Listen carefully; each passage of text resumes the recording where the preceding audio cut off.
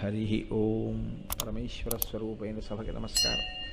శ్రీ వెంకటేశ్వర వైభవోత్సవాలకి పూర్వాంగంగా ఈనాడు ప్రారంభం చేసి ఉత్సవాల యొక్క పరిసమాప్తి సమయ పర్యంతము ప్రతిరోజు సాయంకాలం వేళలో ప్రవచనం చేయబడాలి అని దేవస్థానం యొక్క నిర్ణయం. కాబట్టి వెంకటేశ్వర స్వామివారి యొక్క వైభవం గురించి, ఆ అవతార ప్రాశస్త్యం గురించే మనం మాట్లాడుకోవడం సమంజసంగా ఉంటుంది. శ్రీ వెంకటేశ్వర ఈ పేరు పరిచయం లేని వాళ్ళు ప్రపంచంలో ఉండరు.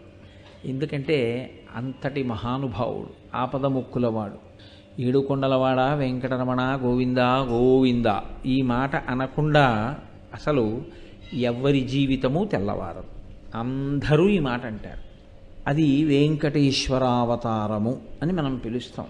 అవతారము అన్న మాట సరిగ్గా అర్థమైతే ఏ స్వామివారి తత్వం అయినా మనకి బాగా అర్థమయ్యేటటువంటి అవకాశం ఉంటుంది. అవతారము అన్న మాట మనం తరచుగా వాడుతూ ఉంటాం. రామావతారం, కృష్ణావతారం, పరశురామావతారం, వామనావతారం, ఇలా ఆ మూర్తి ఏ పేరు చేత పిలవబడింది అన్నది చెప్పి చివర అవతారము అని ఒక మాట వాడతాం. అవతారం అనగా ఏమి అంటే తార, ఈ మాట మీరు వినుంటారు. తార, తారాస్థితి అని, తారాస్థితిలో పాడుతున్నారండి అంటారు. అంటే బాగా పైకి ఉన్నటువంటి స్థితి. అది ఎంత పైకి అంటే అంత పైకి ఉన్న కారణం చేత మీ మాంసనేత్రముల చేత మీకు దర్శనము కానటువంటి స్థితి, మీకు అనుభవైక వీజ్యము కానటువంటి స్థితి, మీరు అర్చన చెయ్యడం సాధ్యం కానటువంటి స్థితి, మీరు కేవలము ధ్యానమునందు మాత్రమే దర్శించగలిగినటువంటి స్థితి, అది తారాస్థితి అంటారు. అంటే బాగా పైన ఉన్నటువంటి స్థితి. అంత పైన ఉన్నటువంటి స్థితిలో ఉన్నటువంటి పరమేశ్వరుడు మన కొరకు అందుబాటులోకి రావడం కోసం బాగా కిందికి దిగి వచ్చాడనుకోండి, అప్పుడు అవతారము అంటారు. తారాస్థితి, దానికి వ్యతిరేక పదం అవతార. అంటే అసలు కన్నులతో చూడడానికి వీలు లేనటువంటి పరమాత్మ యొక్క స్వరూపం ఈ మాంసనేత్రములకు గోచరమవుతుంది. అది ఎంత చిన్నపిల్లవాడు కానివ్వండి, ఎంత అమాయకుడు కానివ్వండి, జానపదులే కానివ్వండి, ఎవరైనా ఆయన యొక్క రూపాన్ని దర్శనం చేసి తరించవచ్చు, ఆయనని చేతులతో స్పృశించవచ్చు. అంటే ఆ అధికారము కలిగినటువంటి వారు. ఆయన మెడలో ఒక పుష్పమాల వేస్తుండగా చూడవచ్చు, ఆయనకి అర్చన జరుగుతుండగా మనం దర్శనం చెయ్యవచ్చు. ఈ స్థితికి ఈశ్వరుడు కిందకి దిగి వస్తే దాన్ని అవతారము అని పిలుస్తారు. అలా అవతారమునకు ముందున్న స్థితి అజాయమానో బహుధా విజాయతే అంటుంది శృతి. అంటే అసలు అలా కిందకి రావలసిన అవసరం లేనివాడు, ఈ మాంసనేత్రమునకు గోచరము కావలసినటువంటి అవసరము లేనివాడు ఈ మాంసనేత్రమునకు కనపడేటట్టుగా కిందికి దిగి వస్తూ ఉంటాడు. అలా ఆయన అనేక పర్యాయములు వచ్చాడు. అసలు నిజమునకు ఆయన స్థితి అది కాదు, కానీ ఆయన అలా కిందకు వస్తూ ఉంటాడు. ఎందుకు వస్తాను అన్నదానికి ఆయనే చెప్పాడు. పరిత్రాణాయ సాధూనాం వినాశాయ చ దుష్కృతాం ధర్మ సంస్థాపనార్థాయ సంభవామి యుగే యుగే. నన్ను ఒక రూపంతో చూడాలనుకున్న వారి యొక్క కోరిక తీర్చడం కోసం, ధర్మాన్ని ఎవరు పాడు చేద్దాం అనుకుంటున్నారో అటువంటి వారిని శరీరముతో ఉండకుండా చేసి మళ్ళీ ధర్మాన్ని కాపాడడం కోసం, వాళ్ళకంటూ శరీరం ఉండబట్టి కదా వాళ్ళు ధర్మాన్ని పాడు చేయగలరు. కాబట్టి ఆ శరీరం తీసేస్తే ఇంక ఇప్పుడు వాళ్ళు ధర్మం జోలికి రాలేరు. కాబట్టి వాళ్ళని తుదముట్టించుట కొరకు నేను అవతారమును స్వీకరిస్తూ ఉంటాను ప్రతి యుగమునందు. అలా ఆయన చాలా అవతారాలు తీసుకున్నాడు. చాలా అవతారాలు తీసుకున్నాడు అన్నప్పుడల్లా మీరు ఒక్కటే గుర్తుపెట్టుకోవాలి, ఆయన పైనుంచి కిందకి దిగి వచ్చాడు అని. ఎన్ని మాటలు కిందకి దిగి వచ్చాడు నిజానికి లెక్క కట్టడం కష్టం. చాలా మాటలు కిందకి దిగి వచ్చాడు. కానీ మనం ప్రధానంగా చెప్పేవి వేదోద్ధారణ మందరాభరణ పృథ్వీధర్మ నిర్మాణ ప్రహ్లాదత్రాణ బలి ప్రతారణ నృపాహంకార నిర్వాపన వైదేహీ రమణ ధనంజయ జయ వ్యాపార పారీణ క్షోణీ దివ్యత్కరుణ తమోహరణ తండ్రి వెంకటేశ ప్రభో అని దశావతారములను చెప్తాం. 10 అవతారాలు. ఇందులో 10 అవతారములుగా ఈశ్వరుడు దిగి వచ్చినప్పుడల్లా ఆయన చేసే పని ఒకటే, ఈ భూమిని కాపాడడం. భూమిని కాపాడడం అన్న మాట అన్నప్పుడల్లా మీరు ఒకటి జ్ఞాపకం పెట్టుకోవాలి. ఐశ్వర్యం అంతా ఎక్కడుంటుందంటే ఈ భూమి ఎందే ఉంటుంది. అందుకే దీనికి వసుధ అని ఒక పేరు. వసుధ అంటే ఐశ్వర్యమును కలిగి ఉన్నది అని. ఇందులోనే కదండి పంట పండాలన్నా ఇందులోనే, బంగారం దొరకాలన్నా ఇందులోనే, రాగి దొరకాలన్నా ఇందులోనే, ఇనుము దొరకాలన్నా ఇందులోనే, పెట్రోల్ దొరకాలన్నా ఇందులోనే. కాబట్టి ఇది వసుధ. ఈ వసుధని ఎవడిష్టం వచ్చినట్టు వాడు వాడుకుని నన్ను అడ్డు పెట్టేవాడెవడు అనుకుని స్వార్థంతో సంపదని కొల్లగొట్టి పాపపు జీవనం చేసే ప్రయత్నం చేసిన వాళ్ళని పరిమార్చడం కోసం ఈశ్వరుడు అవతరిస్తూ ఉంటాడు. కాబట్టి శంకర భగవత్పాదులు షట్పదీ స్తోత్రం చేస్తూ అవతారవతావత సదా వసుతాం అంటారు. ఈశ్వర, ఈ వసుధను రక్షించుట కొరకు నీవు అవతారములను స్వీకరించినావు, అనేక మార్లు క్రిందకి దిగి వచ్చినావు. ఇందులో మళ్ళీ ఈ క్రిందికి దిగి వచ్చినటువంటి అవతారాల యొక్క కదలికలు వేరు. కదలిక అంటే పైనుంచి కిందికి రావడంలో కంటికి కనపడనివాడు కంటికి కనపడడం, అంతటా ఉన్నవాడు ఒక రూపాన్ని తీసుకోవడం, అసలు అర్చనకి యోగ్యము కాని రూపం. అంతటా నిండిపోయిన వాడికి దీపం ఏం పెడతారు? అంతటా నిండిపోయిన వాడికి పుష్పహారం ఎలా వేస్తారు? అంతటా నిండిపోయిన వాడికి పంచె ఎలా కడతారు? వస్త్రోద్ధూత విధౌ సహస్రకరత పుష్పార్చని విష్ణుత అంటారు శంకరాచార్యులు వారు శివానందలహరిలో. నీకు పంచె కట్టాలంటే నన్ను సూర్యభగవానుడిని చేయవయా అన్నారు. 1000 చేతులు ఇస్తే ఏమో అలా కడతానేమో పంచె అన్నారు. అంతటా నిండిన వాడికి పంచె ఎలా కడతారు? కట్టలేరు. కాబట్టి అంతటా నిండినవాడు, ఒక్కచోట ఉన్నవాడు, అసలు ఈ కంటికి దొరకనివాడు ఇప్పుడు దొరుకుతున్నవాడు, ఎంతవరకున్నాడో చెప్పలేని స్థితిలో ఉన్నవాడు, ఒక గర్భాలయమునందు పట్టినవాడు, అన్నీ వ్యతిరేకమే. అంతగా కిందికి దిగి వచ్చేటప్పుడు కదలిక ఉంటుంది కదండి. కదలిక అంటే దాన్ని మీకు తేలికగా చెప్పాలంటే మేనిఫెస్టేషన్ అన్న మాట సరిపోతుంది. అంటే ఆయన అంతటా ఉన్నవాడు ఒక రూపంగా వచ్చి అలా దిగి నిలబడడం, ఇది కదలిక ఉంటుంది. అక్కడి నుంచి కదలి ఒక్క రూపంలోకి మారుతాడు ఆయన. ఇలా మారడానికి ఆ కదలికకి ఒక కారణం ఉంటుంది. ఆ కారణం లేకుండా అలా కదలడు ఆయన. ఏదో ఒక కారణం ఉంటేనే అలా కదులుతాడు. అలా కదలడం అన్న మాటను మీరు బాగా పట్టుకుంటున్నారు, నేను మళ్ళీ చెప్తున్నాను. అసలు ఏ కంటికి కనపడనివాడు ఒక కంటికి కనపడేటట్టు, ఏ తల్లి కడుపున పుట్టనివాడు ఒక తల్లి కడుపున పుట్టినట్టు, ఎవరి చేత ఏ రకంగానూ ఆరాధనకి సౌలభ్యం కానివాడు సులభుడైనట్టు, ఇలా దిగి వచ్చేటటువంటి క్రమంలో ఒక కదలిక ఉంటుంది. మొదటి కదలిక, ఆ కదలికతో ఆయన అలా లోకంలో అనుగ్రహించి దిగి వచ్చి కనపడతాడు. దీన్ని అవతార స్వీకారము అని పిలుస్తారు. ఈ ప్రతి కదలిక ప్రారంభ కాలమునకు ఒక కారణం ఉంటుంది. ఆ కారణం లేకుండా ఆయన కదలడం, అది మీకు తెలియకపోవచ్చు, నాకు తెలియకపోవచ్చు. కానీ ఈశ్వరుడు ఏ కారణానికి అవతరిస్తూ ఉంటాడు అన్నది చెప్తూ ఉంటాడు వ్యాస భగవానుడు పురాణముల యందు. అదే పురాణంలో ఆయన అవతార స్వీకార ఘట్టాలుగా వస్తాయి. దాన్ని మీరు చాలా జాగ్రత్తగా పరిశీలనం చేస్తే మీకు అందులోంచి కొన్ని రహస్యములు అందుతాయి. దశావతారములు ఒకెత్తు, మళ్ళీ ఇందులో యుగాలకి అనుసంధానం చేస్తూ ఒక మాట చెప్తారు.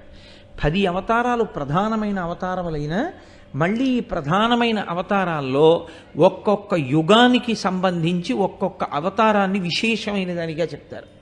కృతేతు నారసింహో భూ త్రేతాయాం రఘునందన ద్వాపరే వాసుదేవశ్చ కలౌ శ్రీవేంకటనాయక. ఈ శ్లోకాన్ని మీరు చాలా జాగ్రత్తగా పరిశీలనం చేయవలసి ఉంటుంది. పరిశీలనం చేస్తే అసలు ఈశ్వరుడికి మీకు ఉన్న అనుబంధం ఏమిటో మీకు తెలుస్తుంది. ఆ అనుబంధం తెలిస్తే భక్తి అన్న మాటకు అర్థం ఉంటుంది. ఆ భక్తి అన్నది తెలిస్తే ఉత్సవము అంటే అంటే తలెత్తి చూసి సంతోషంగా దాన్ని గమనించడం అన్నది అలవాటు అవుతుంది. అసలు ఈ భావన లేదనుకోండి, అసలు లోపల అటువంటి తంత్రులు అల్లుకోలేదనుకోండి, అది యాంత్రికంగా ఉంటుంది. అది చేసే పని దాని యందు మనసు మగ్నమై చెయ్యడం అన్నది కుదరదు. అందుకే కృతేతు నారసింహో భూ త్రేతాయాం రఘునందన, ఆయన కృతయుగంలో నరసింహస్వామిగా అవతరించారు. మీరు కొంచెం జాగ్రత్తగా పరిశీలించండి, నరసింహస్వామిగా ఆయన ఇప్పుడు అవతరించాడు. హిరణ్యకశిపుడు తపస్సు చేసినప్పుడు ఆయన అవతరించలేదు. నేను చావు లేకుండా ఉండాలి అన్నప్పుడు ఆయన కనపడలేదు. నేను ఇలాగే చచ్చిపోతాను అని ఆయనే కోరుకున్నాడు హిరణ్యకశిపుడు. అలా కోరుకున్నప్పుడు ఆయన కనపడలేదు. ఆయన కడుపున ఓ కొడుకు పుట్టాడు, హిరణ్యకశిపుని యొక్క కడుపున. ఆ పుట్టినటువంటి పిల్లవాడు ఎంత చంపేద్దామనుకున్న తండ్రి చావు లేనివాడు అయ్యాడు. అది విచిత్రం. హిరణ్యకశిపుడు నాకు చావొద్దన్నాడు. అది కుదరదయా, ఇంకేమైనా కోరుకో అంటే ఇదిగో ఇలా చచ్చిపోతాను. గాలిన్ కుంభిని అగ్ని అంబువుల ఆకాశస్థలిన్ దిక్కులన్ రేలన్ ఘస్రమలం తమ ప్రబల భూరిగ్రాహ వ్యాళాదిత్య నరాది జంతు కలహవ్యాప్తిన్ సమస్త్రాస్త్ర శస్త్రాళిన్ మృత్యువులీని జీవనము లోకాధీశ ఇప్పించవే. అవన్నీ మీరు విన్నదే. చాలా రాక్షసుల కోరికలు చాలా ఆశ్చర్యంగా ఉంటాయి. ఇంట్లో చచ్చిపోకూడదు, బయట చచ్చిపోకూడదు, పైన చచ్చిపోకూడదు, కింద చచ్చిపోకూడదు, రాత్రి చచ్చిపోకూడదు, పగల చచ్చిపోకూడదు, ప్రాణం ఉన్న దాంతో చచ్చిపోకూడదు, ప్రాణం లేని దాంతో చచ్చిపోకూడదు, ఇంట్లో చచ్చిపోకూడదు, బయట చచ్చిపోకూడదు, మనిషి చేతిలో చచ్చిపోకూడదు, మృగం చేతిలో చచ్చిపోకూడదు. ఆయన అన్నాడు బ్రహ్మగారు తథాస్తు అంటే ఇప్పుడు ఈయన అనుకున్నాడు ఈయనను చంపేవాడు ఎవరనుకున్నాడు. నీకే ఇన్ని ఆలోచనలుంటే నిన్ను పుట్టించిన వాడికి ఎన్ని ఆలోచనలుంటాయి. ఆయన రాలేడిలా. కానీ మీరు ఒకటి గమనించండి, హిరణ్యకశిపుడు ఇలా వరం కోరుకోగానే అలా నరసింహస్వామిగా వచ్చి ఆయన చంపేయగలడు కదండి. చంపేయాలి అనుకుంటే నరసింహావతారం ఎప్పుడో రావక్కర్లేదు, వెంటనే వచ్చి ఈ కోరిక కోరుకుని స్వస్తి అని బ్రహ్మగారు అక్షతలేయగానే అట్నుంచి నరసింహావతారం వచ్చి వీడిని చంపేయచ్చు. కానీ వచ్చాడా? అలా రాలేదు. హిరణ్యకశిపుడు ఎంత పాపజీవనం చెయ్యాలో అంత పాపజీవనము చేశాడు, ఊరుకున్నాడు. పరమభక్తుడైనటువంటి తన కడుపున పుట్టినటువంటి కొడుకు మీద పగ పెంచుకున్నాడు. పగ పెంచుకుని ఆ పిల్లవాడిని చంపేస్తానన్నాడు. ఒక్కటే కారణం, శ్రీమన్నారాయణుడికి నమస్కరిస్తున్నాడు, చంపేస్తాను. ఇప్పుడు చంపేయడానికి లోకంలో ఎన్ని సాధనములు ఉంటాయని అనుకుంటామో అన్ని సాధనములను ప్రయోగించాడు. విషం పెట్టాడు, ఏనుగులతో తొక్కించాడు, పర్వతాల మీద కిందికి దోశాడు, అగ్నిగుండాల్లో పడేశాడు, పావులతో కరిపించాడు, గదలతో మోదించాడు, శూలాలతో పొడిపించాడు. ఈ పిల్లవాడు చావలేదు. అరే, ఈ పిల్లవాడు ఎలా చచ్చిపోతాడని చావు లేకుండా ఉండాలని వరం కోరుకున్నవాడు బెంగపెట్టుకున్నాడు. అది విచిత్రం. ఎలా బ్రతుకుతున్నాడు ఆ పిల్లాడు? భక్తితో బ్రతుకుతున్నాడు. భక్తితో బ్రతికిన కారణం చేత చావు రాలేదు. భక్తితో బ్రతికినప్పుడు అన్న మాటని మీరు ఒకటి అర్థం చేసుకోవాలి చాలా జాగ్రత్తగా. భక్తితో అంటే ఊరికే తులసి దళాలతో పూజ చేయడం, లేకపోతే ఈశ్వరుడికి సేవలు అనడం, పూజామందిరంలో కూర్చుని పూజ చేస్తూ ఉండడం, స్తోత్రాలు చదువుతూ ఉండడం కాదు భక్తి అన్న మాటకు అర్థం. విస్తృత పరిధిలో భక్తి అన్న మాటకు అర్థం ఏమిటో తెలుసా అండి? ఈశ్వరుడు ఎలా బ్రతకమన్నాడో అలా బ్రతకడం. అదే భక్తి అన్న మాటకు అర్థం. రోజు రాత్రి తండ్రి గారు పడుకున్నప్పుడు తండ్రి గారి కాళ్ళు పట్టి ఉదయం నిద్ర లేచిన దగ్గర నుంచి తండ్రి గారికి అప్రతిష్ట తెచ్చే పనులు చేసిన వాడు చిన్న కొడుకు. రోజు తండ్రి గారికి రాత్రి కాళ్ళు కూడా పట్టకపోయినా, నాన్నగారండి మంచినీళ్ళు తాగుతారా అని ఒక గ్లాసుడు మంచినీళ్ళు ఇచ్చి, నాన్నగారి పేరు ప్రఖ్యాతుల్ని దృష్టిలో పెట్టుకుని తండ్రి గారి గౌరవం ఇనుమడించేటట్టుగా బ్రతికినటువంటి వాడు పెద్ద కొడుకు. తండ్రికి ఎవరి మీద ప్రేమ ఉంటుంది? ఎవరి మీద సంతోషం ఉంటుంది? తన కాళ్ళు పడుతున్నాడు, తనకి కుర్చీ వేస్తున్నాడని రెండో వాడిని ప్రేమిస్తాడా? చిచి, వీడు బయటికి వెళ్ళి వీడు ప్రవర్తించే ప్రవర్తనకి నేను సంపాదించుకున్న పేరు ప్రఖ్యాతులు పోతున్నాయి అని బాధపడతాడు. తన కాళ్ళు పట్టకపోయినా తనకి నిరంతరం వచ్చి కూర్చుని ఆయనకి సేవలు చేయకపోయినా తండ్రి ఎలా బ్రతకమన్నాడో అలా బ్రతికేటటువంటి కొడుకుని చూసి ఆయన వల్ల తనకి పేరు వస్తే, ప్రఖ్యాతి వస్తే దానికి తండ్రి సంతోషిస్తాడు. భక్తి అన్న మాటకు అర్థం ఈశ్వరుని చేత మనకు అందియబడినటువంటి వేదము మనని ఎలా బ్రతకమందో అలా బ్రతకడమే భక్తి. తప్ప మీరు ఎలా చేద్దామనుకుంటున్నారో అలా చేసేసి ఈశ్వరుడికి 2 అగరత్తుల దగ్గర 8 అగరత్తులు, 2 పువ్వుల దగ్గర 20 పువ్వులు, 3 పళ్ళు పెట్టవలసిన చోట 30 పళ్ళు నైవేద్యం పెట్టడం భక్తి కాదు. ఈశ్వరుడు ఎలా జీవించమని చెప్పాడో అలా జీవించడం భక్తి. ప్రహ్లాదుడు అలా జీవించాడు, హిరణ్యకశిపుడు అలా జీవించలేదు. అందుకే ఆయన తపస్సు ఆయన్ని రక్షించదు. ఈయన ఏ తపస్సు చెయ్యక్కర్లేదు, ఈయన భక్తి ఇన్ని కాపాడుతుంది. ఈ భక్తి అన్న మాటకి ఈశ్వరుడు ఎక్కడ లొంగిపోతాడో అప్పుడు ఆయన ఒక రూపాన్ని తీసుకొని వస్తాడు. దాని ప్రధాన ప్రయోజనం హిరణ్యకశిపుడిని సంహరించడం కాదు. ఆయన ఎలా వస్తే హిరణ్యకశిపుడు చచ్చిపోతాడో ఆయన వరం కోరినప్పుడే ఈశ్వరుడికి తెలుసు. పగలు కాదు, రాత్రి కాదు, అసుర సంధ్య వేళ, ఇంట్లో కాదు, బయట కాదు, గడప మీద, పైన కాదు, కింద కాదు, తన తొడల మీద, నరుడు కాదు, మృగం కాదు, నరసింహావతారం, బతికున్నవి కాదు, మరణించినవి కావు, పెరుగుతూ ఉంటాయి, బతికున్నాయి, కోసేస్తే బాధ లేదు, గోళ్ళు. కాబట్టి ఇలా చచ్చిపోతాడు అని ఆయన అడిగిన వరంలో ఉంది సమాధానం. ఇది తెలుసుకోలేనంత అమాయకుడు శ్రీ మహావిష్ణువు కారు, ఆయనకి తెలుసు ఇలా చంపేయించాడు. కానీ అలా ఆయన ఇప్పుడు మారాడు, అది అవతారం అంటే. అది మీరు పట్టుకోవలసి ఉంటుంది. ఇది మీరు పట్టుకోగలిగితే మీ భక్తి వృద్ధిలోకి వస్తుంది. అది పట్టుకోలేకపోతే ఆ భక్తి ఒక స్థాయిలో నిలబడిపోతుంది అంతే. ఎప్పుడు కదిలాడు అసలు శ్రీ మహావిష్ణువు అంతటా వ్యాపించినవాడు ఎప్పుడు నరసింహుడిగా మారిపోయాడు? అలా మారి వచ్చింది ఎప్పుడు వచ్చాడు? ఎన్ని మాటలు ఆ పిల్లవాడి జోలికెళ్ళి ఎన్ని మాటలు భగవంతుని మీద భక్తి ప్రకటనాన్ని ప్రహ్లాదుడు చేసినప్పుడు కూడా రానటువంటి నరసింహావతారం ఒక్క పరీక్షాకాలమునందు వచ్చింది. హిరణ్యకశిపుడు ఒక ప్రశ్న వేశాడు ప్రహ్లాదుణ్ణి. వజ్జలు నేర్పని ఈమది మజ్జాతుడవైన నీకు మరి ఎవ్వరిచే నుజ్జానమయ్య బాలక తజ్జనులం పేరుకొనుము తగ నామ్రోలం అన్నాడు. నీకిది గురువులు చెప్పలేదు. చెప్పకుండా నీకు పరమేశ్వరుడు ఒకడు ఉన్నాడని, వాడు సర్వవ్యాపి అని, వాడు రక్షిస్తాడని, వాడిని భజించాలని నీకెవరు చెప్పారు? నీకు ఎవరు చెప్పారో వాళ్ళ పేరు నాకు చెప్పన్నాడు. ఆయన అన్నాడు, అది చెప్పడానికి పేర్లు ఎందుకు నాన్న? ఈశ్వరానుగ్రహం ఉంటే అర్థమవుతుంది. ఈశ్వరానుగ్రహం లేకపోతే అంధేందూదయముల్ మహాబధిర శంఖారావముల్ మూక సద్గ్రంథాఖ్యానముల్, అలాగే ఏదో కృతఘ్నావళి బంధుత్వంబులు, క్రోడ సద్గంధంబుల్, ఇవన్నీ హరిభక్తి వర్జితుల వృధారిక్త సంసారముల్. భక్తి లేనటువంటి వాడి జీవితం అలా ఉంటుంది. కాబట్టి నాన్న, ఏదో పంది దగ్గర సువాసన పెట్టినట్టు, కృతజ్ఞుడైన వాడు బంధువైనట్టు, యజ్ఞం అంతా అయిపోయి పూర్ణాహుతి కూడా అయిపోయిన తర్వాత అందులో హవిస్సు వేసినట్టు, ఇలాంటి పనులు ఎలా ఉంటాయో భక్తి లేకుండా బతికే వాళ్ళ జీవితం అలా ఉంటుంది నాన్న అన్నాడు. అంటే ఆయన అన్నాడు, ఇన్ని చెప్తున్నావు కదా, ఎక్కడున్నాడు ఈశ్వరుడు అని అడిగాడు. అంటే ఆయన అన్నాడు, ఎక్కడున్నాడు ఈశ్వరుడు అని అడుగుతున్నావు, ఆ ప్రశ్న తప్పు. ఎక్కడ ఈశ్వరుడు లేడని అడుగు. అంతటా ఈశ్వరుడు నిండి ఉన్నాడు. ఎక్కడున్నాడు ఈశ్వరుడు ఏమిటి? కాబట్టి ఆ ప్రశ్న లేదు అసలు. ఎక్కడ లేడు ఈశ్వరుడు అనవలసి ఉంటుంది అంతే ఎవరైనా. అంతేకాని ఎక్కడున్నాడు ఈశ్వరుడు అని అడిగితే అది అర్థం లేని మాట. కాబట్టి ఇందుకలడందులేడని సందేహము వలదు చక్రి సర్వోపగతుండు ఎందెందు వెదకి చూచిన అందందే కలడు దానవాగ్రని వింటే. పిల్లవాడు తనకున్నటువంటి నమ్మకంతో, విశ్వాసంతో, ధైర్యంతో, భక్తితో చెప్పేశాడు.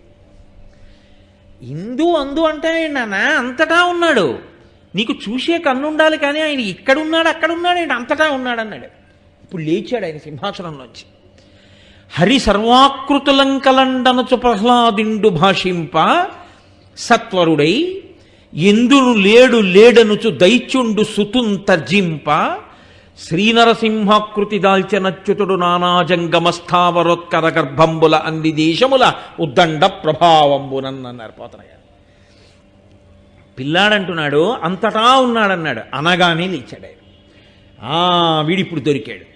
అంతటా ఉన్నాడన్నాడుగా, అంతటా ఉన్నాడన్నప్పుడు అంతటా ఉన్నాడంటున్నావు, ఇందులో ఉన్నాడా అన్న చూపుడు వేలు ఇలా తిప్పి ఆపితే నేను ఎక్కడ ఆపానో అక్కడ నాకు ఈశ్వరుణ్ణి చూపించాలి, అక్కడ సాకారం అవ్వాలి. ఇప్పుడు ఈశ్వరుడు పాలనిండా ఉన్నటువంటి నెయ్యి బాగా చిలికి వెన్న తీసి తోడు పెట్టి ఆ వెన్న తీసి దాన్ని అగ్నిహోత్రం మీద కరిగిస్తే నెయ్యగా మారి కనపడినట్టు అంతటా నిండినటువంటి ఈశ్వరుడు ఒక రూపాన్ని దాల్చాలి, కదలాలి. ఇప్పుడు ఇది కదలికంటే అవతారం అన్న మాటకు అర్థం అది. ఆయనకి తెలుసు నరసింహావతారంగా రావాలి. ఎందుకు రావాలి? హిరణ్యకశిపుడిని చంపడానికి. కనపడడం అంటూ జరిగితే హిరణ్యకశిపుడు ఉండడు. కనపడడం అంటూ జరిగితే హిరణ్యకశిపుడు లేడనుకుంటున్న వాడికి కనపడాలి. అసలు కనపడడం అంటూ జరగడం అన్నది ప్రహ్లాదుడి విషయంలో ఉండదు, ఎందుకంటే ఆయనకి ఎప్పుడూ కనపడుతున్నాడు అంతటా. కాబట్టి ఇప్పుడు ఆ వేలు ఎక్కడ పెడతాడో హిరణ్యకశిపుడు కదిలాడు ఆయన వెంటనే. ఎలా కదిలాడో తెలుసా అండి? అది భాగవతంలో గొప్ప ఘట్టం. నానాజంగమ స్థావరోత్కర గర్భంబుల అన్ని దేశములను దండ ప్రభావంబునన్. ఇది అది అని లేదు, ఈ విశ్వమంతటా ఒక పెద్ద నారసింహము నిండిపోయింది. అంతటా స్తంభాలలో, నేలలో, గాలిలో, ధూళిలో, అన్ని చోట్ల ఈ బ్రహ్మాండమే ఒక పెద్ద నారసింహము. ఇప్పుడు హిరణ్యకశిపుడి వేలెక్కడాగుతుందో అక్కడి నుంచి బయటకు వస్తాడు. కాబట్టి అంతటా నిండినవాడు నరసింహుడిగా మారిన క్షణం ఉందే, అది అవతారము. ఇది ప్రకటనం అంటారు. ఇప్పుడు కనబడతాడు మాంసనేత్రానికి. ఎప్పుడు కనబడ్డాడు? ఇందులో ఉన్నాడా అన్నాడు. అనుమానమా అన్నాడు ప్రహ్లాదుడు. అంతే, గద పెట్టి ఒక్క దెబ్బ కొట్టాడు. ఎందుకని? ప్రహ్లాదుడు అయితే నమస్కారం పెడతాడు, ఆయన అయితే వైరభక్తి కదండి. ఇందులో ఉన్నాడంటే కొట్టాలి, యుద్ధం చేయాలి, కాబట్టి గద పెట్టి కొట్టాడు, వచ్చాడంతే బయటికి. ఇప్పుడు మీరు జాగ్రత్తగా పట్టుకోవాలి, ఎందుకు కదిలాడు ఈశ్వరుడు? హిరణ్యకశిపుడి కోసం కదిలాడా? ప్రహ్లాదుడి మాట నిజం చేయడం కోసం కదిలాడా? ప్రహ్లాదుడి మాట నిజం చేయడానికి కదిలాడు. తనని నమ్ముకున్న ఒక పిల్లవాడు అన్న మాట నిజం చెయ్యడానికి అంతటా నిండి నిబిడీకృతమైన ఈశ్వరుడు అంతటా నారసింహముగా నిండి ఒక స్తంభంలోంచి బయటకు వచ్చాడు. ఇదాయన కారుణ్యము, ఇదాయన దయ, భక్తుల పట్ల ఆయనకుండేటటువంటి ప్రీతి. ఆ ప్రీతికి అలా ఆవిష్కృతమవుతాడు. అందుకే భక్తుణ్ణి మించిన శక్తి లోకంలో ఇంకోటి ఉండదు.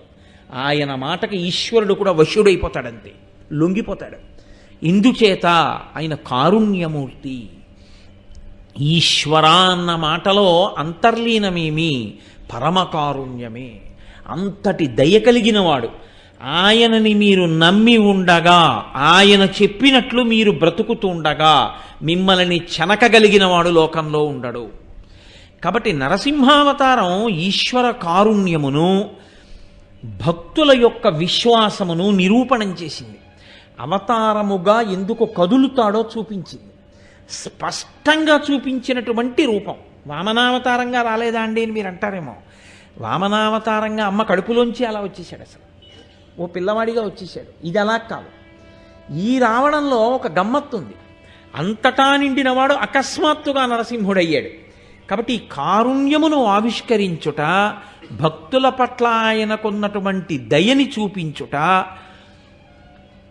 అదే సమయంలో అనుషంగిక ప్రయోజనంగా ధర్మాన్ని పాడు చేసే వాళ్ళని నాశనం చెయ్యడం, ఇన్నింటిని ఏకకాలమునందు ఈశ్వరుడు ఎలా సాధిస్తాడు, ఆ కదలిక ఎలా ఉంటుందో చూపిస్తుంది నరసింహావతారం.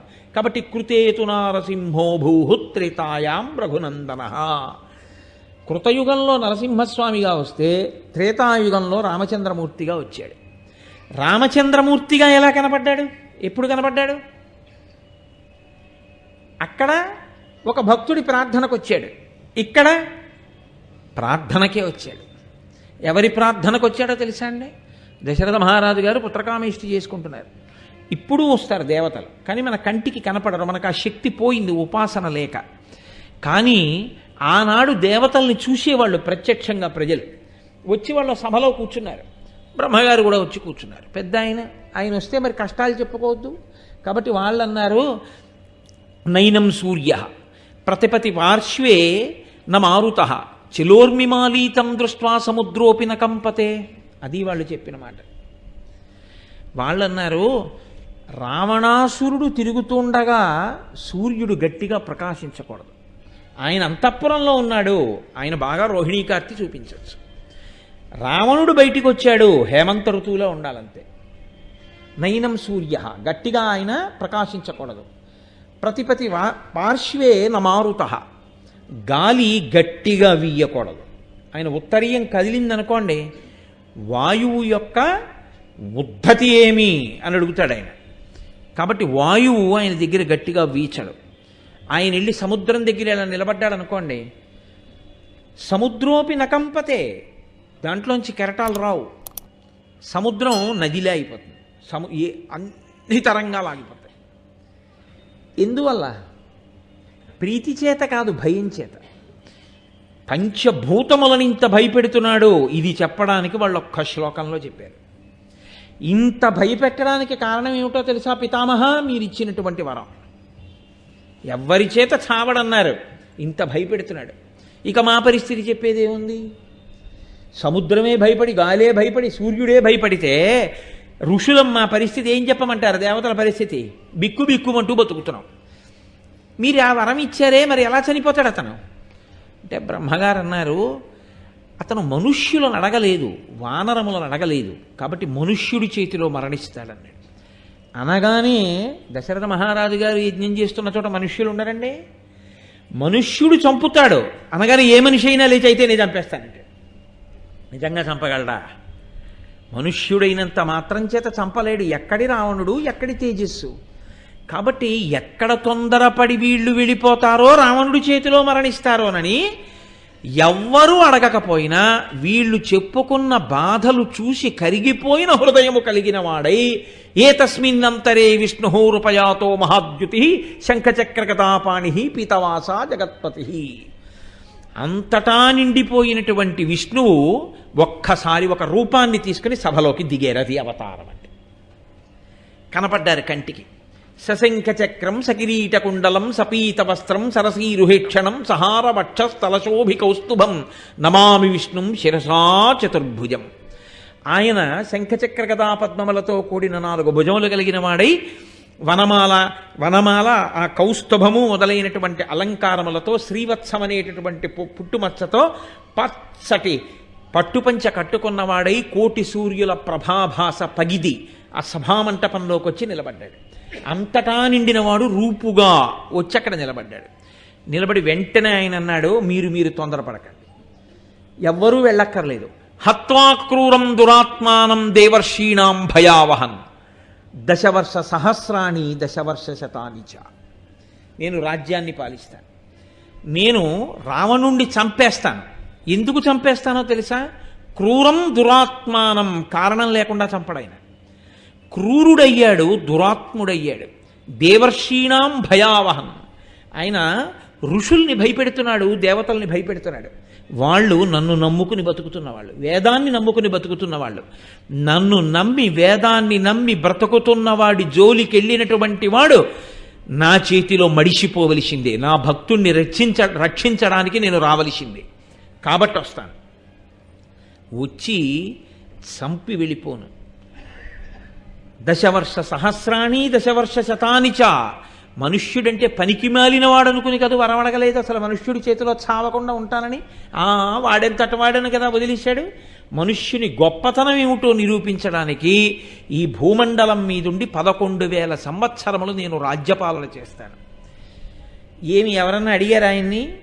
అయ్యా మీరు భూమి మీద ఉండండి, రాజుగా ఉండండి, నరుడుగా ఉండండి, భార్యని స్వీకరించండి, బిడ్డల్ని కనండి, వాళ్ళకి పట్టాభిషేకం చేయించండి, 11,000 సంవత్సరాలు పరిపాలన చేయండి, మనుష్యుల యొక్క గౌరవం ఏమిటో లోకంలో ఆవిష్కరింపచేయండి అని ఎవరన్నా అడిగారా? ఎవరు అడగలేదు.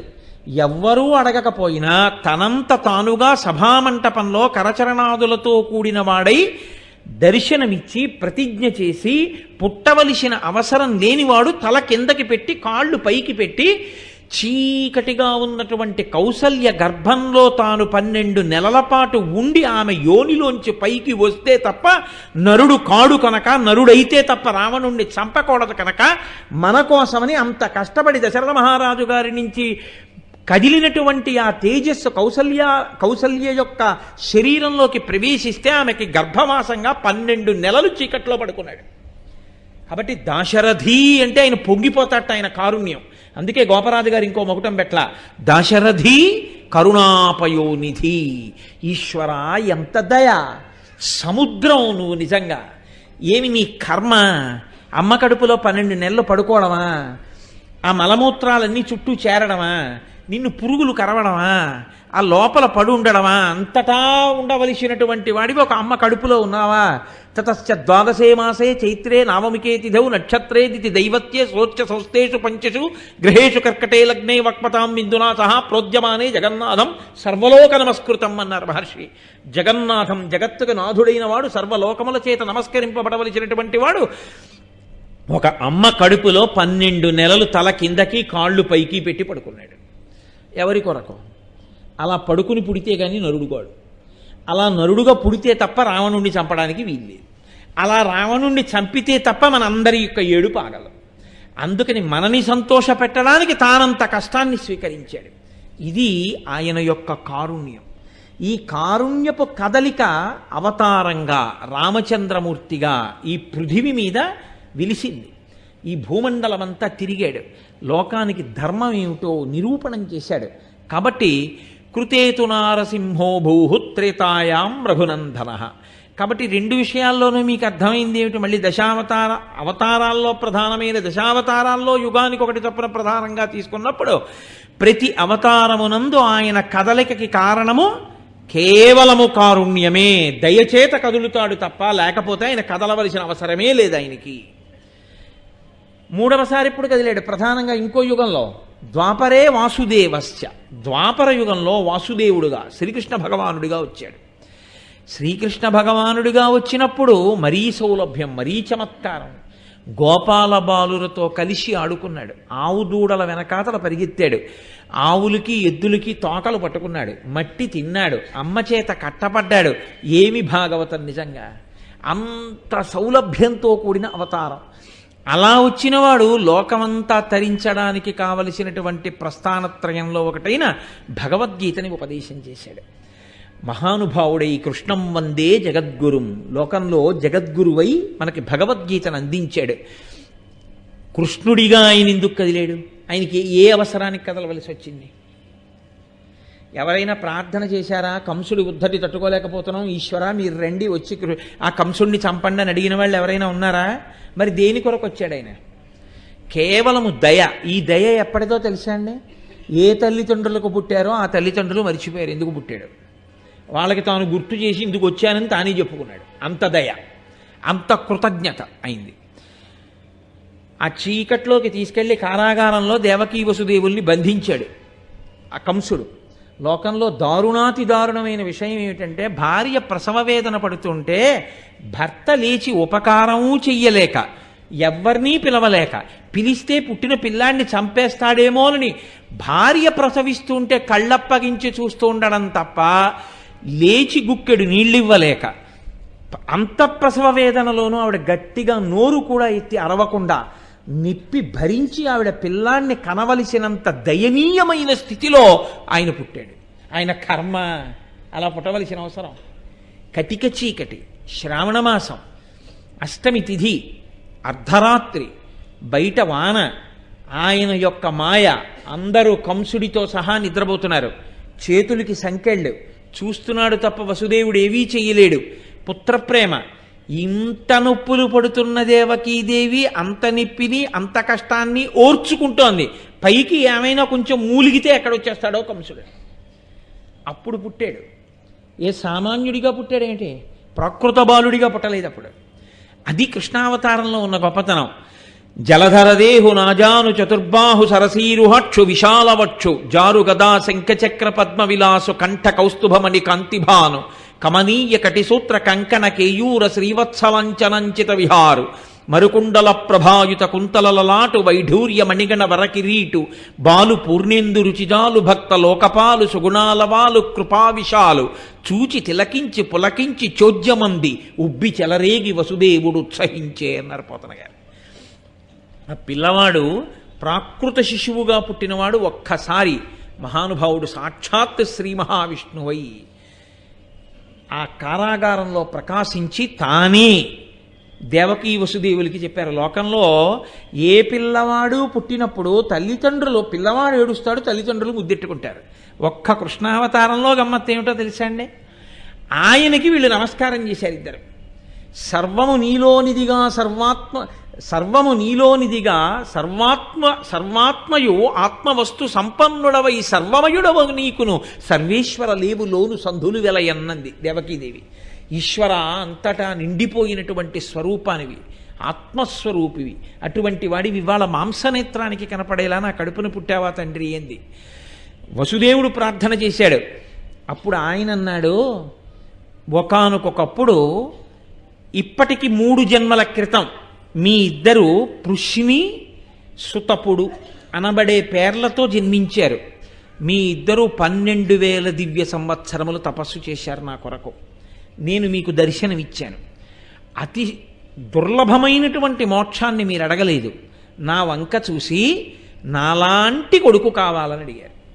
నాలాంటి కొడుకునివ్వాలంటే నేనే తప్ప ఇంకొకడు లేడు.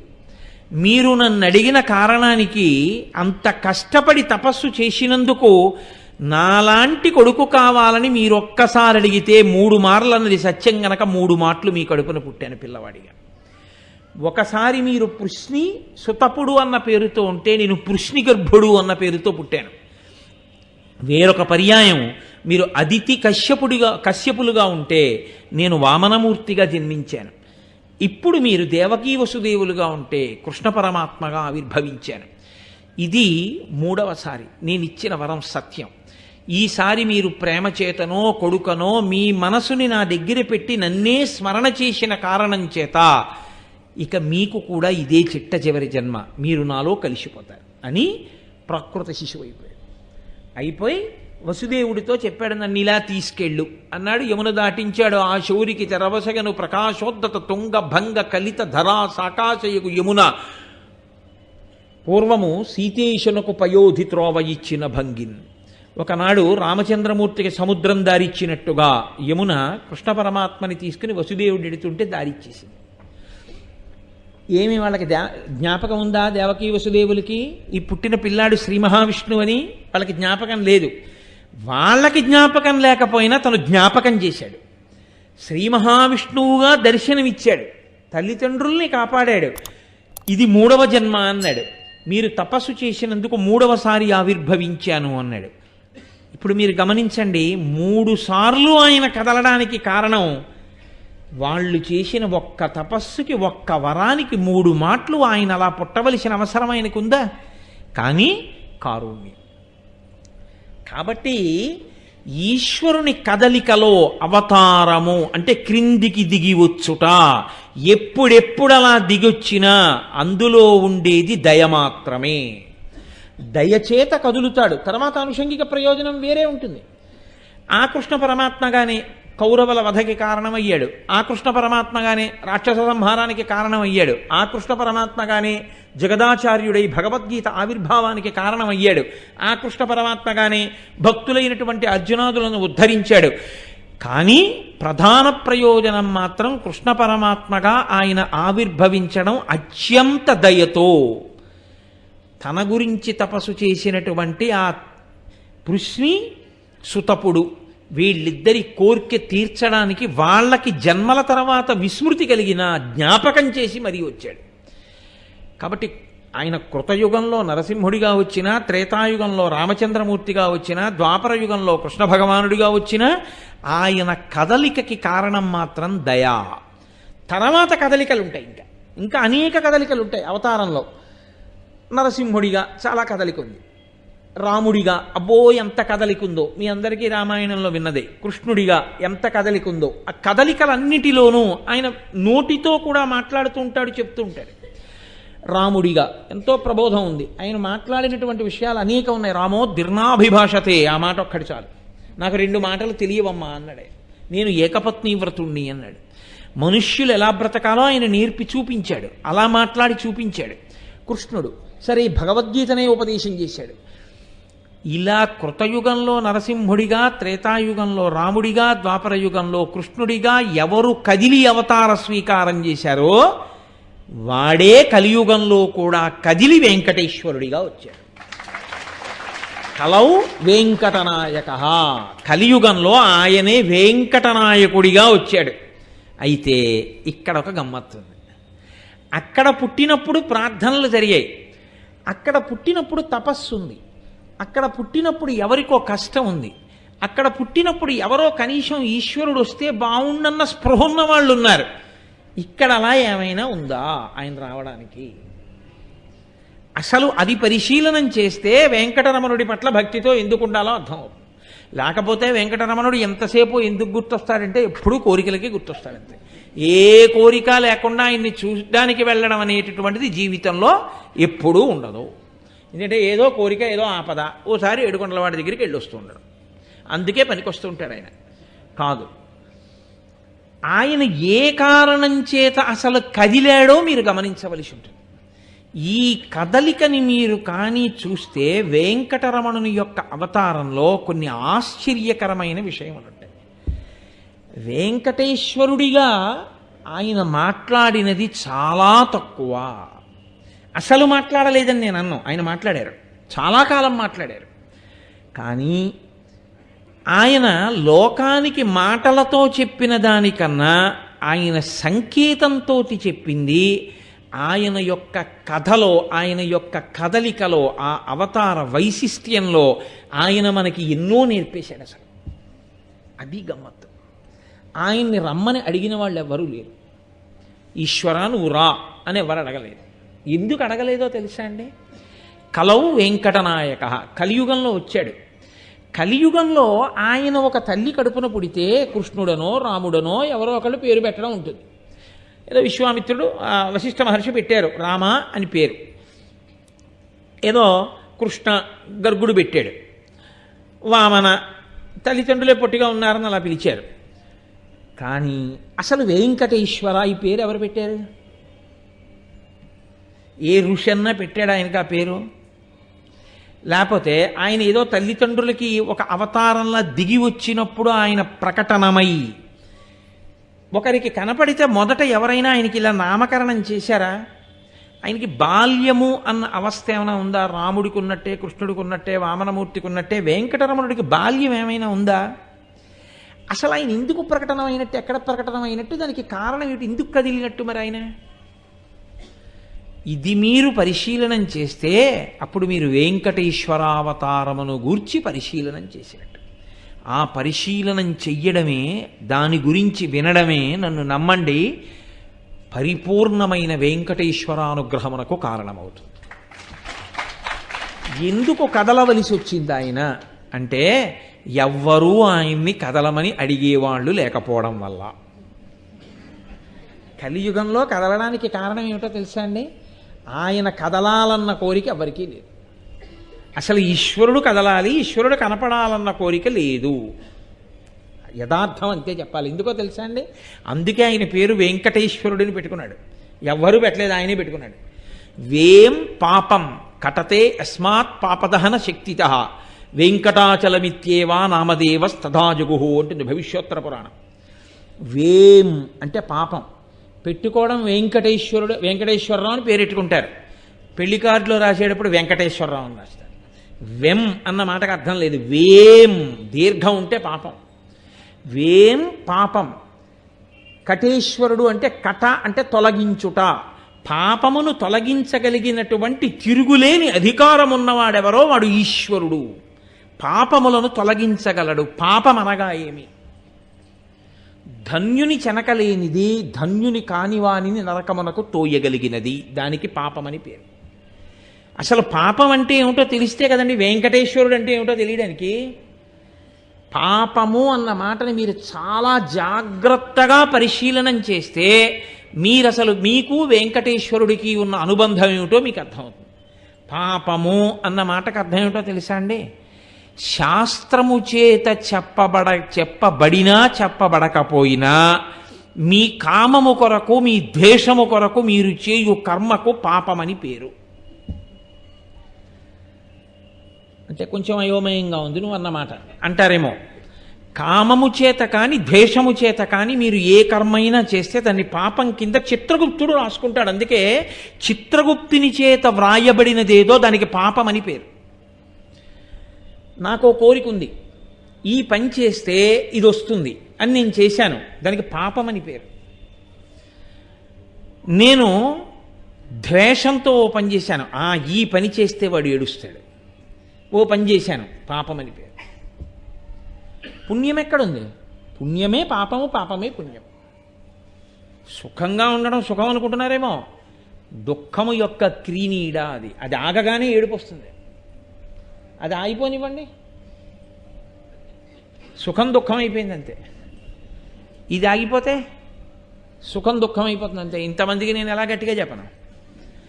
కాబట్టి ఏది మీరు కోరికతో చేస్తారో, ఏది మీరు ద్వేషంతో చేస్తారో దానికే పాపమని పేరు. కోరిక లేదు, ద్వేషము లేదు, ఎందుకు చేస్తున్నావు? తస్మాత్ శాస్త్రం ప్రమాణంతే కార్యాకార్య వ్యవస్థితౌ అంటాడు గీతాచార్యుడు భగవద్గీతలో. తస్మాత్ శాస్త్రం ప్రమాణంతే, నేను ఎందుకు చేస్తున్నాను? నాకు శాస్త్రము ప్రమాణము. శాస్త్రం అలా చెయ్యమని చెప్పింది కాబట్టి చేస్తాను. సంధ్యావందనం చేస్తున్నాను, ఎందుకు చేస్తావు? తస్మాత్ శాస్త్రం ప్రమాణంతే, శాస్త్రం ప్రమాణం, అందుకు చేస్తాను. పూజ ఎందుకు చేస్తావు? శాస్త్రం చెప్పింది. నీ భార్యను ఎందుకు ప్రేమిస్తావు? శాస్త్రం చెప్పింది. నీ కొడుకు ఉన్నతి గురించి ఎందుకు పాటుపడుతున్నావు? శాస్త్రం చెప్పింది. పురాణం ఎందుకు చెప్తావు? శాస్త్రం చెప్పింది చెప్పమని. రామాయణం ఎందుకు చదివావు? శాస్త్రం చెప్పింది చదువుకోమని. రాత్రి పడుకోబోయే ముందు శివనామం ఎందుకు చెప్తావు? శాస్త్రం చెప్పింది అలా చెప్పి పడుకోమని. లేవగానే విష్ణునామ సంకీర్తనం ఎందుకు చేశావు? శాస్త్రం చెప్పింది అలా చేయమని. నేను చేసే దాంట్లో నా ప్రీతి కొరకు చేస్తున్నది లేదు, నేను ఒకరి పట్ల ద్వేషంతో చేస్తున్నది లేదు. అప్పుడు ధర్మమును చేస్తున్నవాడవుతాడు. ఇది లేకపోతే పాపమే. ఇక్కడే కదండి భగవద్గీత వచ్చింది. వీళ్ళని చంపేస్తే అయ్యి బాబోయ్ అన్నాడు. వీళ్ళని చంపేస్తే అయ్యి బాబోయ్ ఏమిటి? శాస్త్రము నిన్నేది చేయమందో అది నువ్వు చేయడమే. ఒక న్యాయమూర్తి ఉరిశిక్ష వేశాడు. న్యాయమూర్తి ఖాతాలో పాపం పడుతుందా? పడదు. ఆయన ఉరిశిక్ష వేయకుండా వదిలేస్తే లోకం పాడైపోతుంది. ఉరిశిక్ష వేసిన న్యాయమూర్తికి పాపము లేనట్టే శాస్త్రము నిన్ను చెయ్యమన్న పనులు నువ్వు చేసుకుంటూ వెడితే నీకు పాపం లేదు, పుణ్యం లేదు. నీవు కోరికలతో చేస్తూ ద్వేషంతో చేస్తుంటే అదే పాపము. కానీ పాపమన్న మాటకు అర్థం ఏమిటో తెలుసా అండి? కర్తయందు ప్రవేశించున్నది అని దానికి ఒక అర్థం. అది ఏం చేస్తుందంటే ఇది చాలా బాగుందనిపిస్తుంది. ఇలా చెయ్యొద్దనే వాళ్ళు లేకుండా ఉంటే ఎంత బాగుండో అనిపిస్తుంది. కోరికతో చేస్తున్నాడు ఒక పని, అలా చేయకూడదు అని మీరు అన్నారనుకోండి, ఈ మొహం ఇంకెలా చేయాలి అంటాడు. ద్వేషంతో చేస్తున్నాడు ఒక పని, చెయ్యొద్దు అన్నారనుకోండి, చేయకుండా అలా ఉండడం. కోరికతోనూ చెయ్యకుండా ద్వేషంతోనూ చెయ్యకుండా చెయ్యాలి. ఈ రెండిటికి కారణం ఏదో తెలుసా అండి? మూలం అహంకారం. కర్తృత్వం పెట్టుకుంటాడు. నేను ఇది చేస్తున్నాను. ఎందుకు చేస్తున్నావు? దానికి ఒక లక్షణం చెప్తాడు. నేను దయతో చేస్తున్నాను, కరుణతో చేస్తున్నాను, ఏదో బాధ కలిగి చేస్తున్నాను. ఇవన్నీ కామమే. అంటే దాని ఎందు ఏది ఉంటుందంటే, అందుకే మిమ్మల్ని కర్మలు పట్టుకుంటాయి, బంధిస్తాయనడానికి కారణం అదే. కారణం ఏంటంటే వాడు ధర్మంగా చెయ్యడు, శాస్త్రం చెప్పిన ప్రకారం చేయడు. శాస్త్రం చెప్తోందని చేసిన వాడు కాడు వాడు. ఏమయ్యా ఎందుకు వాళ్ళకి అన్నం పెట్టావు? నువ్వు దీనులైన వారిని తీసుకొచ్చి నువ్వు అన్నం ఎందుకు పెట్టావు, ఎందుకు చేసావు అన్నదానం అని అడిగారు అనుకోండి. పాపం వాళ్ళు ఎప్పుడు తింటారండి, వాళ్ళకి ఏముందండి అందుకు పెట్టానండి అంటాడు. అంటే వాళ్ళకి లేదు, నీకుంది. నీకుందని పెట్టావే, వాళ్ళకి లేదని నువ్వు జాలిగా చూస్తున్నావే, అందులో నీ అహంకారం ఉంది. పైకి కనపడదు, దాగి ఉంటుంది. అది ఏం చేస్తుందో తెలుసా అండి? బంధనం వేస్తుంది. అహంకారములోంచి పుట్టిన క్రియ అది, కాబట్టి పట్టుకుంటుంది. ఎందుకు చేస్తున్నావు అని అడిగారు అనుకోండి, శాస్త్రం చెప్పిందయా, ఉన్నవాడు లేనివాడికి పెట్టాలని శాస్త్రం చెప్తోంది. కాబట్టి ఈశ్వరుడు చెప్పాడు కాబట్టి నేను పెడుతున్నాను. నేను పెట్టడం ఏమిటి? ఇచ్చినవాడు పెట్టిస్తున్నాడు నా చేత. కాబట్టి పెట్టినవాడను నేను కాను, పుచ్చుకున్నవాడు ఆయన కాదు. ఈశ్వరుడు పెట్టించాడు, ఈశ్వరుడు పుచ్చుకుంటున్నాడు. తస్మాత్ శాస్త్రం ప్రమాణంతే, నాకు ఆ శాస్త్రము ప్రమాణము. శాస్త్రవాక్కును అనుసరించి నేను చేస్తున్నాను. ఇది ఎలా ఉంటుందో తెలుసా అండి? మట్టిలో ఉండిపోయిన రాగి గిన్నెని చింతపండుతో తోమడం మొదలుపెట్టినట్టు ధార్మికమైనటువంటి క్రియాచరణము చేత భక్తి బాగా పండి దాని వలన జ్ఞానము కలిగి దాని వలన మోక్షమును పొందుతాడు. ఇది చాలా చాలా కష్టం, అంత తేలిక విషయం ఏం కాదు. ఇది ఇతర యుగములలో చాలా తక్కువగా ఉండేది. కృతయుగంలో కానీ, ద్వాపర యుగంలో కానీ, త్రేతాయుగంలో కానీ దీని స్పర్శ తక్కువ. శాస్త్రం ఏం చెప్పిందో అది చేయడం. అందుకే శాస్త్రం ఏం చెప్పిందో అది చెయ్యడం కోసం ఆచారము అని ఒకటి వస్తుంది. ఆచారము అంటే ఏమిటో తెలుసా అండి? ఆచారం ఎందుకు వస్తుందంటే, మీ మనసుని మీరు ఉత్తినే అట్టె పెడితే అది శరీరం కర్మ చేసినా చేయకపోయినా అది చేసుకుంటూ వెళ్ళిపోతుంది. మీరు శరీరాన్ని అలా అట్టి పెట్టేశారనుకోండి, ఏ పని దానికి ఇవ్వకుండా దాన్ని తీసుకెళ్ళి అలా కూర్చోబెట్టారు. అంటే ఏ పని చెప్పలేదు, కూర్చున్నారు. అది కూర్చుంటుందేమో, మీ మనసు కూర్చోదు. దానికి అల్లుకోవడానికి రెండే ఉంటాయి కండెలు. మీరు చూడండి, రాట్నం తిప్పేవాడు ఇటుపక్క దారం పెడతాడు, ఇటుపక్క రాట్నం పెడతాడు, ఇలా తిప్పుతాడు. ఇక్కడ చక్రం తిప్పితే ఈ కండె నుంచి దారం వదిలిపెడుతుంది, ఈ చక్రానికి చుట్టుకుంటుంది. మనసు ఎప్పుడు రెండు రకాలుగానే ఆలోచిస్తుంది. మూడో అవసరం దానికి లేదు, రాదు కూడా. మూడో రకంగా కానీ అది వెళ్ళిందంటే అది లయం అవుతుంది, అందుకని అది వెళ్ళదు. అది ఎప్పుడు ఏం చేస్తుందో తెలుసండి, ఒకటి ప్రీతితో స్మరణ చేస్తుంది. ఒకటి చేస్తే ప్రీతి, మా అమ్మాయి, మా అబ్బాయి, మా ఆవిడ, అందుకు చేస్తుంది. రెండోది చేస్తే ద్వేషంతో చేస్తుంది. వాడరా దుర్మార్గుడు అని స్మరిస్తుంది. మీరు ప్రీతితో స్మరించడం వల్ల చేసినది ఏదైనా మనసుతో చేసేసింది. మా అమ్మాయి వస్తే బాగుండు, మా అమ్మాయికి ఇంట్లో కాజాలు ఉన్నాయి పెడుదును అని మీరు అనుకున్నారనుకోండి, ప్రీతితో మనసుతో చేసేశారా లేదా? పాపమే. అదేమిటండి, మా అమ్మాయికి పెట్టాను కదా, నా కూతురికి పెట్టడం తండ్రిగా నా ధర్మం, అందుకని ఇంట్లో ఉన్నది అయ్యో నా కూతురికి పెట్టి నా కూతురు సంతోషిస్తే నేను చూడాలే అని మీ భావన కలిగితే, మీ ఆలోచన సంస్కరింపబడితే ధార్మికం. ప్రీతితో, అందుకని మీరు అలాంటి పిల్లి ఇంకొకరు కనబడినా మీరు పెట్టలేరు. అలా ద్వేషముతో కానీ ప్రీతితో కానీ మాత్రమే మనసు స్మరిస్తుంది. ఆచారము అన్నదాన్ని ఎందుకు తెస్తారో తెలుసా అండి? అలా ఖాళీగా దాన్ని ఉండనివ్వరు.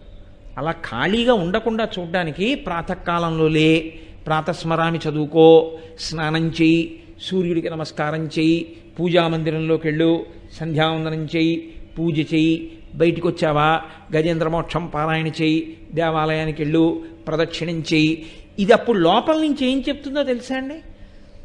వేళైపోయింది, స్నానం చేయాలి, వేళైపోయింది, పంచె కట్టుకోవాలి, అలా లుంగి కట్టుకుని పూజ చేయకూడదు, గోచి పోసి కుర్చీళ్ళు పోసి పంచె కట్టుకుని కూర్చోపీట మీద తూర్పు దిక్కుగా కూర్చోవాలి, అలా మధ్యలో ఆవలించకూడదు. వరాహపురాణం చదివావు కదా, ఆవలిస్తే మళ్ళీ ప్రాయశ్చిత్తం చేసుకోవాలి, పూనికతో కూర్చో, ఆచమనం చక్కగా చేయి, శరీరావయవములకు నీటితో తడుపుకో, పూనికతో మనసుని నిలబెట్టు అని నన్ను నిలబెట్టమని తనకి తాను చెప్తుంది. నేను చెదిరిపోయాను చూసావా అని చెప్తుంది.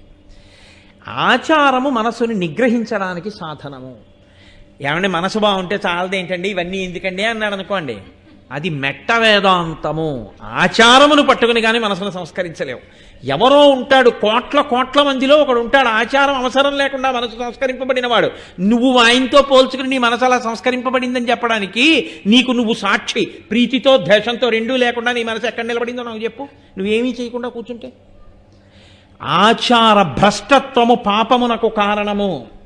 మీరు శరీరముతో ఆచారమును పాటించడానికి సిద్ధపడకపోతే, శాస్త్రప్రోక్తమైన రీతిలో ప్రవర్తించడానికి మీరు ఇష్టపడకుండా శాస్త్ర విరుద్ధంగా మీరు ప్రవర్తించడం మొదలు పెడితే అది మనసుని కడగలేదు, అది కడగదు మనసుని.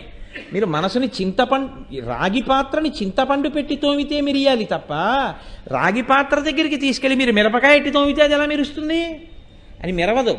దేనికి ఏది వాడాలో అదే వాడాలి. మనసుని సంస్కరించడంలో ఆచారమునకు ప్రాముఖ్యత. అందుకే సనాతన ధర్మంలో ఆచారానికి అంత పెద్దపీట.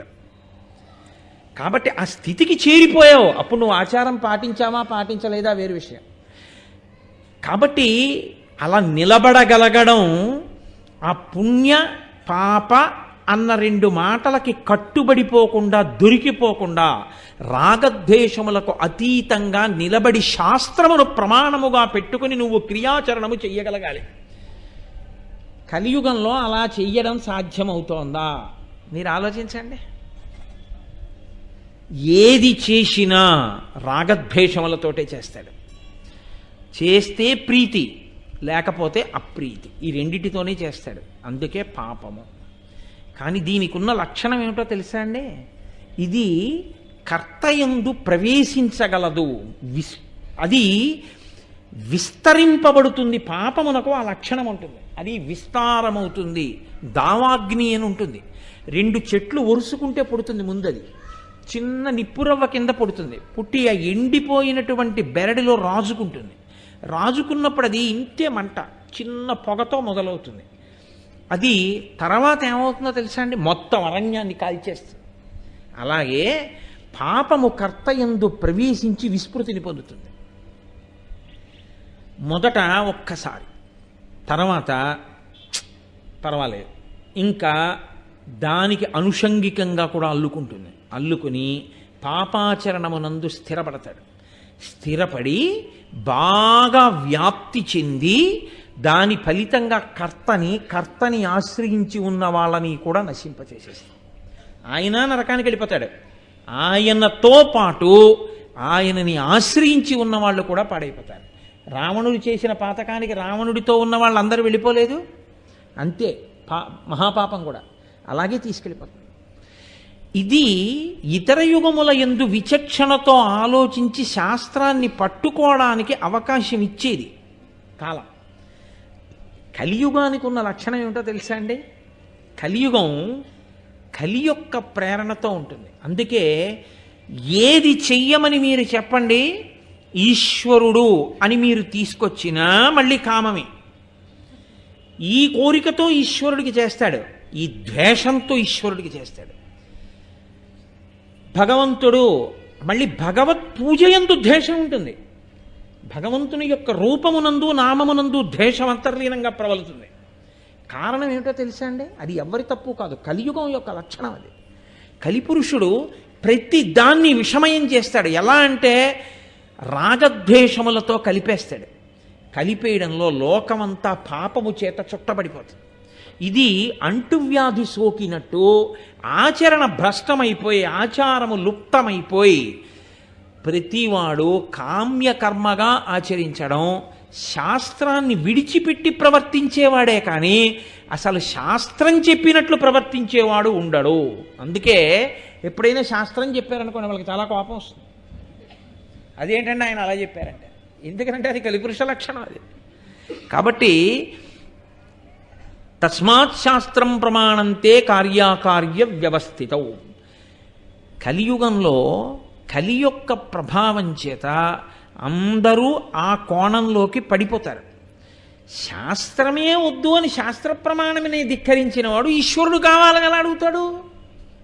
ఈశ్వరుడు వచ్చి అక్కడ కూర్చున్నాడు అనుకోండి, మీరు ఆర్తితో ప్రార్థన చేసి ఈశ్వరుణ్ణి తెచ్చుకున్నారనుకోండి అందరూ కలిసి, ఆయన ధర్మంగా ఉండు అంటాడు, శాస్త్రమును పాటించు అంటాడు. ఎవరికి కావాలి శాస్త్రం? ఎవరికి కావాలి ధర్మం? అక్కర్లేదు ఎవరికి, ఎవ్వరికీ అక్కర్లేదు. కాబట్టి ఎవ్వరూ ఈశ్వరుణ్ణి రమ్మని పిలవరు. ఎవ్వరూ ఈశ్వరుణ్ణి రమ్మని పిలవకపోతే కలియుగ ప్రారంభమునందు ఎలా ఉందో తెలుసా అండి?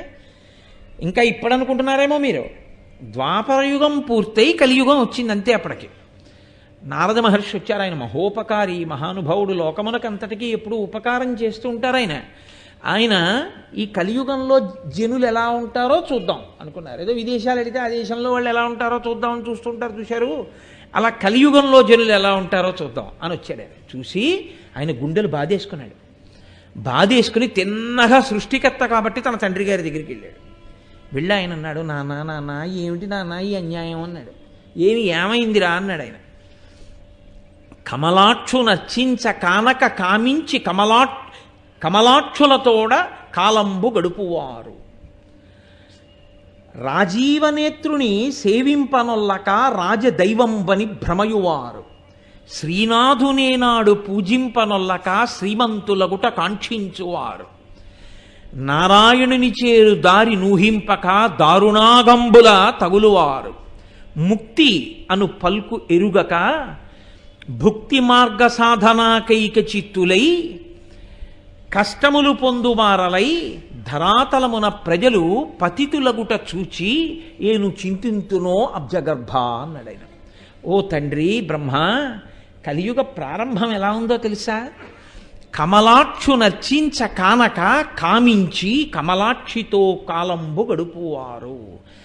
స్వీకరించింది ధర్మపత్నిగా, చేసిన దీక్ష ఒక్కటి ఉండదు జీవితంలో. భార్యతో కలిసి భార్యని ధర్మపత్నిగా స్వీకరించి దీక్ష స్వీకారం చేయడం, ఇద్దరు కలిసి చెయ్యాలి దీక్ష చేస్తే. రామాయణం చదవండి, ఇద్దరు కలిసి పడుకున్నారు పూజామందిరంలో. అసలు అలా చెయ్యడు, ఆమె కామపత్ని, ఆవిడ్ని చూస్తే తన దీక్ష ఎక్కడ పోతుందో అంటాడు, ఇంకేమి దీక్ష. కాబట్టి కామించి కమలాక్షులతో ప్రొద్దు గడుపువారు. ఎప్పుడు స్త్రీ బలహీనతతో జీవితాన్ని గడుపుతున్నవాడే తప్ప పరమేశ్వరుణ్ణి పట్టి పట్టి చూద్దామని, లోపలికి చూద్దామన్న తాపత్రయం లేదు.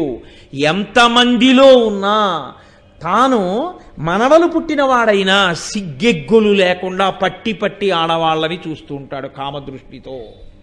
నాన్న అలా ఉన్నారు అక్కడ లోకులు. 2 రాజీవలోచను పూజింపనొల్లక రాజదైవం బని భ్రమయువారు.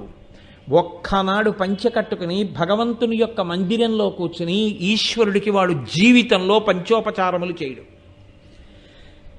వాడి బ్రతుకంతా ఎవరిని స్తోత్రం చేస్తుంటాడో తెలుసా అండి? ఎప్పుడూ ఆఫీసర్నే. తన మీద అధికారి ఎవరుంటారో ఆయన మీద ఎంత కవిత్వం అయినా చెప్తాడు. ఎదురుగుండా వెళ్ళి కూర్చుని మీరు ఇంద్రుడు, మీరు చంద్రుడు, మీరు ఉపేంద్రుడు, మీరు అంతవారు, మీరు ఇంతివారు, ఎంత స్తోత్రం చేస్తుంటాడు.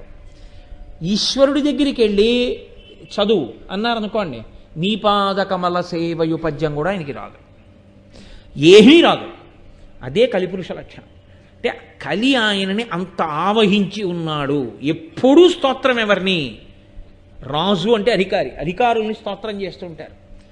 శ్రీనాథునేనాడు సేవింపనొల్లక శ్రీమంతులగుట కాంక్షించువారు. వాడి జన్మంతా లక్ష్మీదేవికే పూజ, వాడు విష్ణు భగవానుడికి పూజ చేయడు. ఎందుకో తెలుసా అండి?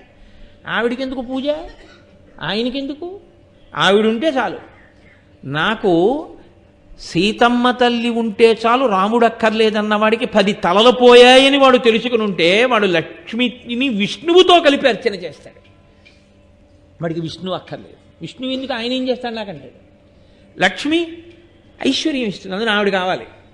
అంటే శ్రీనాథునేనాడు శ్రీవింపనొల్లక శ్రీమంతులగుట కాంక్షించువారు. ఆవిడో నిత్యానపాయనీం. ఆవిడ అసలు భర్తని విడిచిపెట్టి ఉండదు. భర్తని విడిచిపెట్టి ఉండని తల్లి ఆయనని విడిచిపెట్టి ఆవిడ్ని పూజ చేసేవాడు ఇంటికి ఎలా వస్తుంది? అసలు ఆవిడ రాదు. కానీ వీడు ఆవిడ్ని ఒక్కదాన్నే పూజ చేస్తుంటాడు. ఇది చాలా విచిత్రం నాన్న కలియుగంలో. అప్పటికలా ఉంది అంటే మీరు చూడండి. కాబట్టి నారాయణుని చేరు దారి నూహింపక దారుణాఘంబుల తగులువారు. అసలు నారాయణుణ్ణి చేరుకోవడానికి మనుష్య జన్మ వచ్చిందరా? దీంతో శాస్త్రం చెప్పిన వాక్కులను అనుసరించి కర్మాచరణం చెయ్యాలని ఊహ చేయడు. వాడు ఎప్పుడూ మహాపాపములకే తగులుకుంటూ ఉంటాడు. నేను ఇందాక మీతో మనవి చేసే పాపం అంటే ఏమిటో. ఇప్పుడు దానికి తగులుతూ ఉంటాడు. చిత్రగుప్తుడి ఖాతా నిండా వీడి పేరే ఉంటుంది. దారుణాఘంబుల తగులువారు. ముక్తి అను పల్కు ఎరుగక అసలు మోక్షం అంటే ఏమిటి అన్నది కూడా వాడికి తెలియదు జీవితంలో. అసలు ఆ మాట వాడికి అక్కర్లేదు. భుక్తి మార్గ సాధనాకైక చిత్తులై ఎప్పుడు తినడం తినడం తినడం తినడం తినడం అంటే ఆహారమే అని మీరు అనుకోకండి. భోగం భోగం భోగం భోగం. ఎప్పుడు దీన్ని ఎంత భోగాలకి గురి చేయొచ్చు, దీన్ని ఎంత భోగాలకి గురి చేయొచ్చు, దీనికి ఎన్ని భోగాలు పెట్టచ్చు, దీనికి ఎన్ని భోగాలు పెట్టచ్చు. ఇదే భక్తి మార్గ సాధనాకైక చిత్తులై. తప్ప వాడి జన్మాంతరంలో ఈ భోగాలకి దూరంగా ఉండి దీన్ని క్లేశ పెట్టైనా ఈశ్వరుడి వైపు అడుగేస్తాననడం. నాన్న వీళ్ళు ఇలా పతితులైపోవడం చూసి ధరాతలంబున ప్రజలు పతితులగుట చూచి ఏను చింతింతునో అబ్జగర్భ. నాకు చాలా బాధగా ఉంది నాన్న, ఏమిటి వీళ్ళందరూ ఇలా ఉన్నారని అడిగాడు ఆయన. కాబట్టి కలియుగము అన్న దాంట్లో కలి యొక్క లక్షణమేమి అనగా విశేషమైనటువంటి పాపకర్మ వైపుకి తీసుకెళ్ళి